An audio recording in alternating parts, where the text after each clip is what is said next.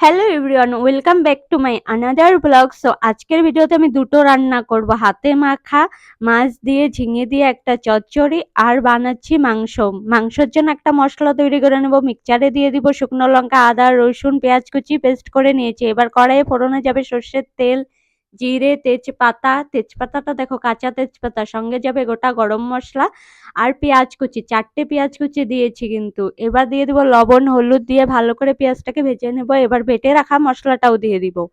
মশলার থেকে তেল ছেড়ে দিলে দিয়ে দিব টমেটো কুচি, দিয়ে আরেকটু ভালো করে মশলাটাকে কষিয়ে নিব।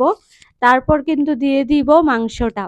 আমার ভিডিওগুলো ভালো লাগলে কিন্তু সবাই প্লিজ লাইক করো। তোমরা কিন্তু একদমই সাপোর্ট করো না, যার জন্য কিন্তু আমার ভিডিও বানাতে সেরকম ইচ্ছেও করে না। তোমরা সবাই লাইক করো, তাহলে আমি আরো ভালো ভালো নতুন নতুন সুন্দর ভিডিও দিব। এবার মাংসর মধ্যে কাঁচা লঙ্কা দিয়ে দিব আর জিরে গুঁড়ো দিয়ে দিব 2 চামচ, সঙ্গে আধা চামচ দিয়েছি ধনে গুঁড়ো। তো রসুনটা প্রথমে দিতে নিয়ে আমি ভাবলাম যে এখন দিলে বেশি গলে যাবে, তাই দিব না। ঢাকনা দিয়ে আরো 20 মিনিটের মতো এইভাবে কষিয়ে নিয়েছি। এবার 1 চামচ টক দই দিয়ে দিব, ফাটিয়ে নিয়েছি টক দইটা সুন্দর করে। এবার দিয়ে দিব রসুনগুলো, সঙ্গে দিব কেটে রাখা আলু, দিয়ে ভালো করে আরেকটু কষিয়ে নিব। এভাবে আরো 10 মিনিটের মতো মাংসটাকে ভাজি করে নিয়েছি, আবার একটু ঢাকনাও দিয়েছিলাম।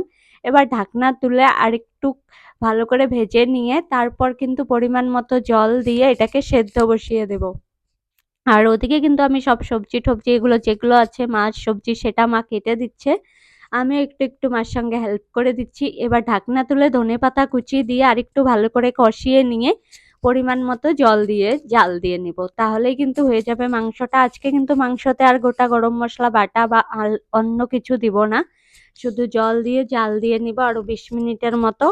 এইভাবে কিন্তু 60 মিনিট হয়ে গেছে পুরো, মানে 1 ঘন্টা লেগেছে রান্নাটা করতে, 1 থেকে 1.5 ঘন্টায়, কারণ জোগাড় করতেও তো সময় লাগে। কিন্তু এইভাবে রান্না করলে কিন্তু খুব তাড়াতাড়ি রান্নাটা হয়ে যায়। আর পাঁঠার মাংস রান্না করতে তো একটু বেশি সময় লাগে, সেটা তো সবাই খুব ভালো করেই জানে। তো দেখো ঝোলটা কিন্তু খুব টেস্টি হয়েছিল, কালারটাও দেখো খুব সুন্দর এসেছে। তো আমার মাংস রান্না তো হয়ে গেছে, এবার চলো চচ্চড়িটাও রান্না করার জন্য সবকিছু তো রেডি করে দিয়েছে মা, এবার চচ্চড়িটাও রান্না করে নেই। তো আমার হেল্প কিন্তু মা বেশিরভাগ করে দেয় রান্নার মধ্যে, মা বেশি সামনে আসে না, কিন্তু সবকিছু মাই জোগাড়যন্ত্রী করে দেয়। মাছ তো ধুয়ে ঠুয়ে কেটে দিয়েছে, এর সঙ্গে সবজিও দিয়েছে। এবার সব একসঙ্গে মিশিয়ে নিব।